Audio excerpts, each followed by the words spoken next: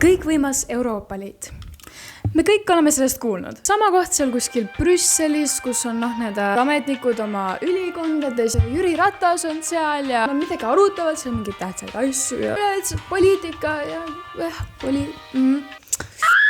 Kuigi see võis tunduda hetkel veidi napakana, siis umbes selline seis nende teadmistega hetkel paraku lihtsalt ongi. Vähemalt murgiõpilased hindasid oma teadmisi Euroopa Liidu toimimisest 3 palliga 7 ehk alla poole. Proovime täna siis aru saada, miks, kuidas, kus, kes on Euroopa Liit. Peale rasket ja kurnavat teist maailmasõda polnud erilist soovi enam järgmisele. Euroopa oli kaotanud oma ülemaailmse juhi rolli ning uueks top machoks oli saanud Ameerika. Euroopa Liidu eelkäijaks sai 1951. aastal asutatud Euroopa söe- ja teraseühendus ning lisaks sellele asutati hiljem teisigi ühendusi, mis kokku moodustasid lõpuks Euroopa ühendused. Asutajariigid olid Prantsusmaa, Saksamaa, Luksemburg, Belgia ja Holland, kuid erinevatel põhjustel nagu NSV kokkuvarisemine ja demokraatia levimine hakkas liikmeid juurde lisanduma. Eesti liitus Euroopa Liiduga aastal 2004. Okei.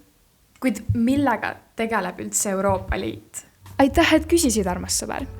Euroopa Liit on algusest peale olnud majandusorganisatsioon. Ühtne turg ja majanduskasv on tänapäevalgi Euroopa Liidu üks põhiprioriteetidest. Tegelikult tegeleb Euroopa Liit veel ka väga paljude teiste valdkondadega. Me kõik teame umbes, mis on inimõigused, kuid kas ka teatakse, et Euroopa Liit lisas inimõiguste põhjalikumalt tõlgendamiseks oma õigussüsteemi põhiõiguste harta. Euroopa Liit panustab ka ülemaailmsesse arengusse, vähendades võlakoormust ja annetades märkimisväärseid koguseid abivajajatele.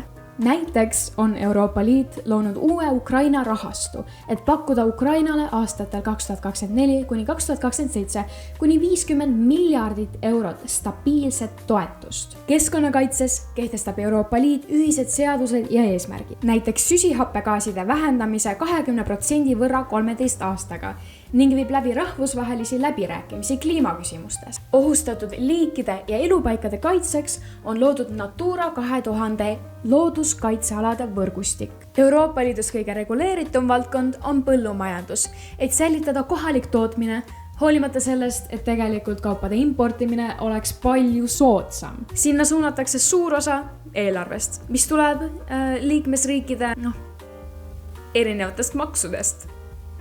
Vastu pakub Euroopa Liit aga liikmesriikidele palju kasu. Ühtne turg tagab takistusteta tööjõu, kaupade, teenuste ja kapitali liikumise, kaotades omavahelised tollid.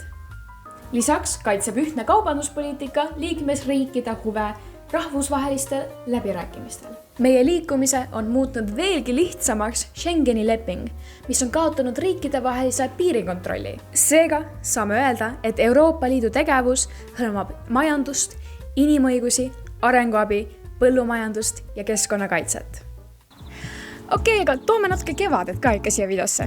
Räägime aga nüüd natuke lähemalt nendest institutsioonidest, mis Euroopa Liidus on. Euroopa Liidus on 7 institutsiooni, 9 organit ja üle 30 asutuse.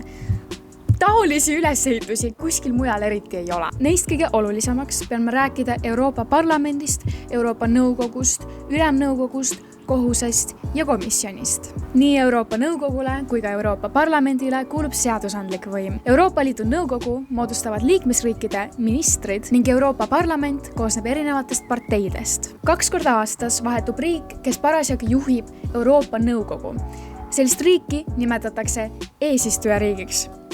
Ning seda, kes parasjagu seda nõukogu siis juhib, see on paika pandud kindla lepingu alusel. Eesistuja vastutada on päevakorra kujundamine, istungite juhatamine ning kokkulepete kaitsmine ja esitamine. Eesti oli esimest korda eesistuja rollis 2017. aasta teisel poolel. Euroopa Komisjonile kuulub täidesaatev võim, kelle ülesanneteks on liidu juhtimine, õigusaktide eelnõude koostamine ja otsuste elluviimine. See ütleb, et komisjonis on ligi 320 000 töötajat. Kõige kõrgem õigusorgan on Euroopa Kohus, kes viivad läbi kohtuprotsesse ning kohandavad ning tõlgendavad Euroopa Liidu õigust. Euroopa Liidu Ülemkogu, kes koosneb liikmesriikide kõige kõrgematest juhtidest, vaat nende ülesanne on langetada kõige tähtsamaid otsuseid ning panna paika ka liidu tegevuste üldkava. Üldiselt kohtub ülemkogu 4 korda aastas, aga alati on ka võimalik korraldada erakorralisi kohtumisi. Arvate, et see on juba päris palju? Noh, siit tuleb veel. Selleks, et liidu ja selle kodanike sidet veelgi tugevdada, loodi ombudsmani töökoht. Euroopa Liidu ombudsmani tööülesanneteks on siis uurida Euroopa Liidu vastu esitatud kaebusi ning neid lahendada, kusjuures ta tegutseb täiesti iseseisvalt ja liidust sõltumata. Hetkel on siis Euroopa ombudsman Teresa Agnino. Lisaks institutsioonide tööle on Euroopa Liidus aga ka mitmeid noortele mõeldud programme. Neist kõige tuntumad on näiteks Discover EU ning Erasmus+. Aga samuti on ka loodud Euroopa Solidaarsuskorpus. Neist aga natuke pikemalt juba mõnes teises videos.